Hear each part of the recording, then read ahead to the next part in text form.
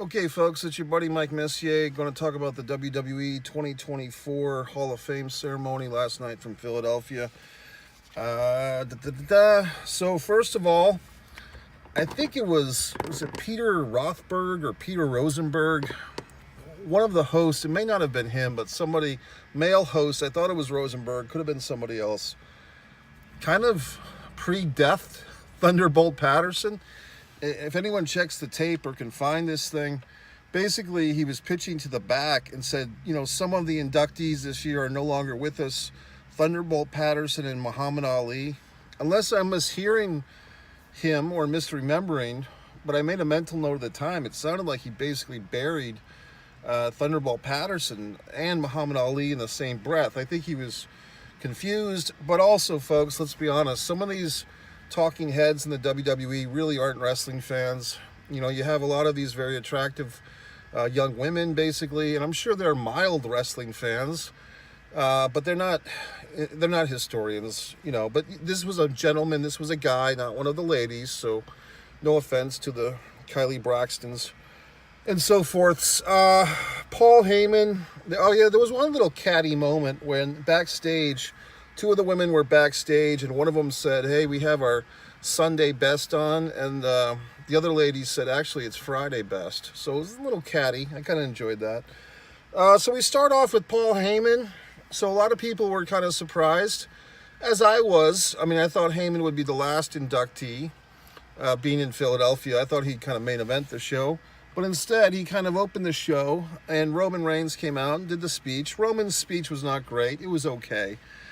A lot of people are going bongo, happy for Paul Heyman's speech, giving it false praise. If you really look at that speech, it's three parts. It's one element of kissing ass, Paul Levesque's ass, Stephanie McMahon, Brock Lesnar to an extent, Roman Reigns to an extent, CM Punk to an extent. It's another part putting himself over, basically saying how great he was and how great he'll continue to be. Almost a low-key threat of like, if you guys do fire me, I'll do something else type of thing. Or maybe he knows where some of the skeletons are buried, so to speak. I mean, did you catch that vibe? I did. And then the third part was just, I'm going to swear because it's a live presentation. I have a microphone. And I'm just, look, and I swear all the time too. But I'm not in front of a 20,000 seat arena on WrestleMania weekend in front of families and children, okay? So Paul Heyman, in my opinion, showing a lack of class, a lack of integrity, trying to be extreme, trying to be 1996 Paul Heyman, and just, I thought he just was kind of guttural and uninspiring. And because he used language of a obscenity-based nature, people think this is a great speech. It wasn't a great speech. In fact, it was kind of tepid. I noticed that he didn't actually put over some key people. I could put over key people to his career. Jerry Lawler in Memphis gave Paul Heyman an early break with the head shaving angle with Tommy Rich and Austin Idol, okay? No mention of that. No mention of his work in Florida with Sir Oliver Humperdinck. No mention of the AWA for the Gagnes with Paul Heyman or Paulie Dangerous at the time with the original Midnight Express, Randy Rose and Dennis Condrey. No mention of the Jim Cornette feud that brought him into WCW. He just shat all over WCW, which is such low-hanging fruit from these type of individuals. I'm really sick of these former WCW wrestlers, including Steve Austin and The Undertaker, who all got their big breaks in WCW and they all shit on it as if it meant nothing to them or to the fans. I'm intolerant of that behavior. What else? Didn't thank Jim Ross. I believe Jim Ross helped Heyman get commentary work in WCW and stuck up for him a few times. And I just wasn't really impressed. I mean, I know that a lot of simpletons were impressed with Paul Heyman's speech, and I wasn't. But, because it was such a gregarious affair and people were so into it and all that horse shit, really didn't leave much room on the table for anybody else. Took up a lot of time. People are still wondering, why did he go first? I think it's honestly just because I think Roman Reigns wanted to get the fuck out of there. didn't want to sit around in his monkey suit all night, his tuxedo. Roman probably wanted to get out of there. They go first and they can leave. That's the thinking. So the next one, Medusa was really not a very good speaker. No offense. I'm a big fan of Medusa. I call her Medusa, not her slave name, Alundra Blaze, okay? But I thought Medusa's speech was uninspired. Just not really good. It just seemed like a memorized horseshit speech. Bull Nakano, on the other hand, I thought the video package was very nice for Mr. Nakano. I guess she's about 56 years old. She looks like a very elegant lady now who kind of run a nice tea shop or some such thing. But, really it seemed like a class act.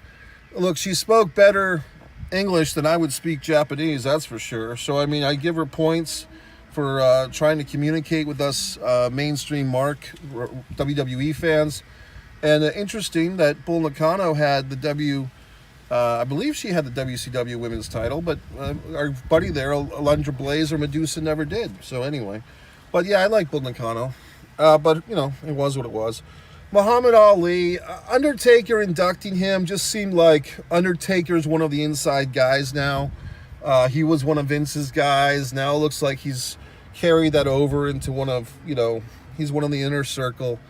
I don't know if I really like the post-Undertaker Mark Callis as much as I like The Undertaker, to be honest with you. I just don't. I know he's doing all these motivational speeches and horse shit, and I thought his Hall of Fame speech, I think it was 2 years ago, was pretty good, very good.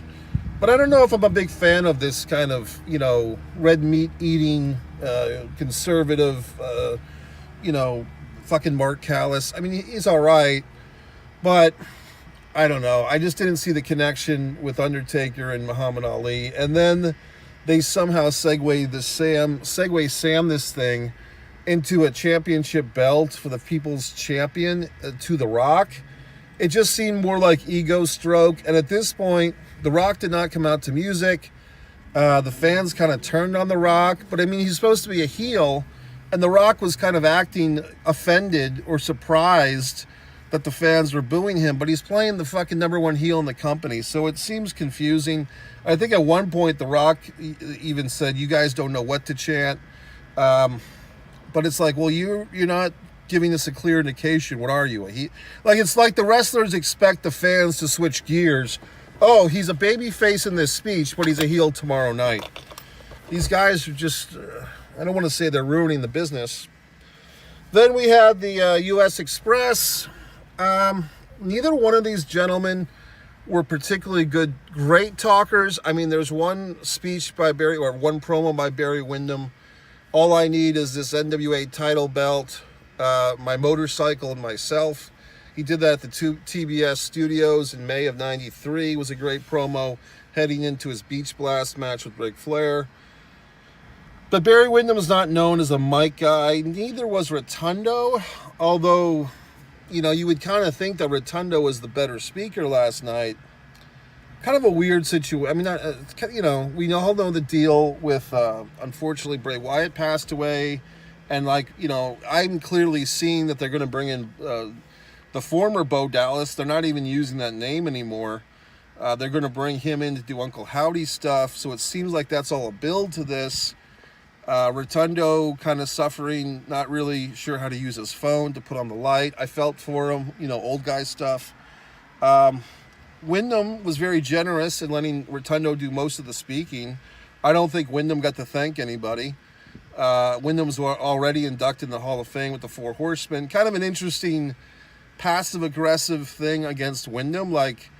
He's a two-time Hall of Famer, but both times in groups, not as a single either time. Kind of a weird deal. But, it's still nice. So he was fine.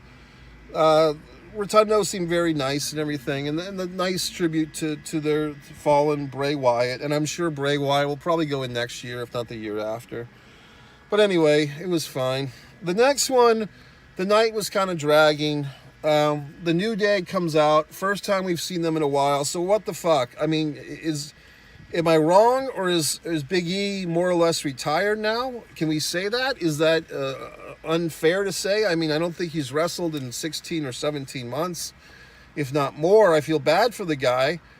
But I kind of just wish we would have an indication. Maybe he doesn't know yet. But I mean, it's been a while. He's a very charismatic individual, Big E. But is he going to wrestle again? And I don't know. I really don't know. But they came out to introduce Thunderbolt. Some of the stuff was pretty interesting in the Thunderbolt package. You know, Dusty Rhodes and even the Road Dogg giving, you know, either giving him credit or other people giving credit on behalf of them. Others have claimed that Dusty Rhodes lifted a lot of stuff from Thunderbolt. And so now we have Cody on the record saying as much. The You Better Call Somebody line, I didn't know that that was a Road Dogg thing. So I thought that was a pretty good package for Thunderbolt. And I'm glad that he's alive to accept the award. Too many great wrestlers, you know, we always talk about this, the Evan Ginsbergs, the Benny Scalas, myself. We always mentioned Ivan Koloff, to a lesser extent, perhaps our buddy Ox Baker, are not being recognized by this WWE Hall of Fame. And Thunderbolt Patterson's kind of one of those guys that should be in, and now he is. And I think it was really nice that Thunderbolt, unlike Rosenberg or whoever thought he was dead, is not dead. He was able to come out and speak. It was nice to hear my buddy Mike Mooneyham get some credit in that speech. A wonderful journalist from the Greensboro News and Record, I believe, has been covering wrestling for a long time. Mike Mooneyham. He got double shout-outs from both Thunderbolt and his little, you know, manservant there. I think the guy's name was Scott Spears or some such thing. I'm not sure who that guy was, but his biographer or his buddy or whatnot. But it was pleasant. You know, Thunderbolt tried to turn it into a church revival type of thing, like a kind of a anti-racism or something, or a don't blame Whitey for your problems speech, you know, like the fucking pound cake speech, Bill Cosby or something. I wasn't really sure where it was headed. It's not that I terribly disagreed or agreed with what Thunderbolt was saying. I just didn't really know what the fuck he was saying, to be honest with you. And that whole gimmick of Thunderbolt, even in his career, of him working himself up into a frenzy, and then he can't say the words that come to his mind, like, I'm going to, ooh, it doesn't do it for me, even by old school standards. I'm going to, oof, like he's got to calm himself down. I mean, it stands out because it's kind of sucks, to be honest with you. And to be honest, the wrestling, I haven't seen the best of Thunderbolt Patterson, you know, the 30-minute VHS that might have been. But the matches that I've seen Thunderbolt Patterson in have not been great. So if anyone has a great link to a match of Thunderbolt Patterson recorded, I'd be happy to watch it. I think he was one of these guys, you know, like a Jimmy Boogie Woogie Man Valiant or a Baron Von Raschke, who kind of got by on personality, wasn't expected to have a fucking, you know, Kenny Omega, Jushin Liger 5-star match in the Tokyo Egg Dome, but just a big personality, fun, and so forth. Then we get to, see, this is the problem. The Rock kind of blew his load early, so now The Rock gets a title and he inducts someone, and The Rock is not in the WWE Hall of Fame officially. But here he is inducting, you know, his grandmother. And this is where things got a little off the boat, I think. Him and Cody's interaction. Like, I think the move would have been for them to, like, forcibly remove Cody. I'm just thinking this off the top of my head. If they had security come out and forcibly remove Cody before The Rock went out there, wouldn't that have been interesting? That would have been good, because having Cody just feet away from The Rock, and The Rock literally took a fucking weightlifting belt and whipped the shit out of him on Raw a few days ago, wouldn't it make sense if, like, The Rock had security go out and escort Cody, and maybe Triple H had to come out and talk to Cody to get Cody away from The Rock? Like, that would have been better than this kind of thing where The Rock's standing right above the guy.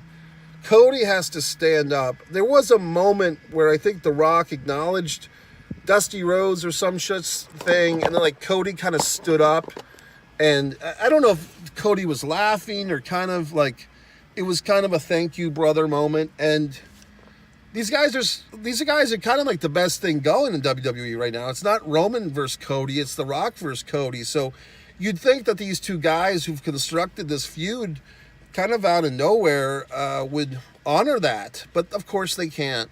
So I just think the Hall of Fame is this goofy thing in some regard where we're all supposed to just put kayfabe to rest for a night, put each other over, say how great we are, say how great the fans are. Everybody sucks each other off for a night. And then, okay, folks, resume pose and go into WrestleMania mode. I just think that perhaps if they did the Hall of Fame at a different time of year, maybe SummerSlam, maybe Survivor Series, maybe its own special time of year or whatever the fuck. I was going to say time of month, but its own special thing, just hooking it into WrestleMania, especially with the two-night WrestleMania, it's feeling a little bit too much, to be quite honest with you, okay? So I just wish that they would perhaps separate the Hall of Fame, kind of like when they separated the Money in the Bank ladder match yearly thing from WrestleMania. I think it's kind of outgrown it. Like, I think the Hall of Fame now needs its own little spot in the WWE Universe calendar, okay? Because I feel like it's being shoehorned. Another thing that I've been on the record of saying, I don't particularly like the live audience for the Hall of Fame. Now, I did think this Philadelphia crowd was very respectful, especially with Thunderbolt Patterson. I thought that a lesser crowd, and it was Philly too, to be quite honest with you. So I thought a lesser crowd might have chanted at Thunderbolt or, boardinged him or something. But they were very respectful. I think it's a lot for these poor fans to sit through a 2-hour, pre-WrestleMania SmackDown, which is basically a last-minute plug for SmackDown. Then we're going to throw this Hall of Fame at you. And like I said, not that I'm, parent prude or whatever the fuck, but I mean, these families come to this Hall of Fame thing, and they're expecting a nice family entertainment, and you have Paul Heyman. I believe at one point, I could be wrong, but did he say something like, they can suck my fucking dick? Like, it was all censored out, but I think that's what he was saying. So I just don't understand. Paul Heyman thinks, it's such a great speech. It wasn't a fucking great speech. It was a classless, degenerate speech. Didn't mention New Jack. Didn't mention New Jack slicing up a 16-year-old's head. Didn't mention all the guys that he owes money to in ECW. Didn't mention any of that stuff, did he? So I'm just not a big Paul Heyman fan and so forth. So that's it. So, this was a pretty disappointing Hall of Fame. I watched it, yet I was still doing other things. This has been pissing me off. This visor thing, that's the best I've ever folded it up. Usually it takes about 20 minutes to get not even that. And it's not even nice and tight. It's this... I do enjoy this. I have it. This is when you get old, you start thinking about things like this. Like, how do I keep my vehicle chilly or less heat? And you get these goddamn things. And there you go. Anyway, folks, that's it. Your buddy Mike Messier. Enjoy the rest of WrestleMania weekend. I'll check.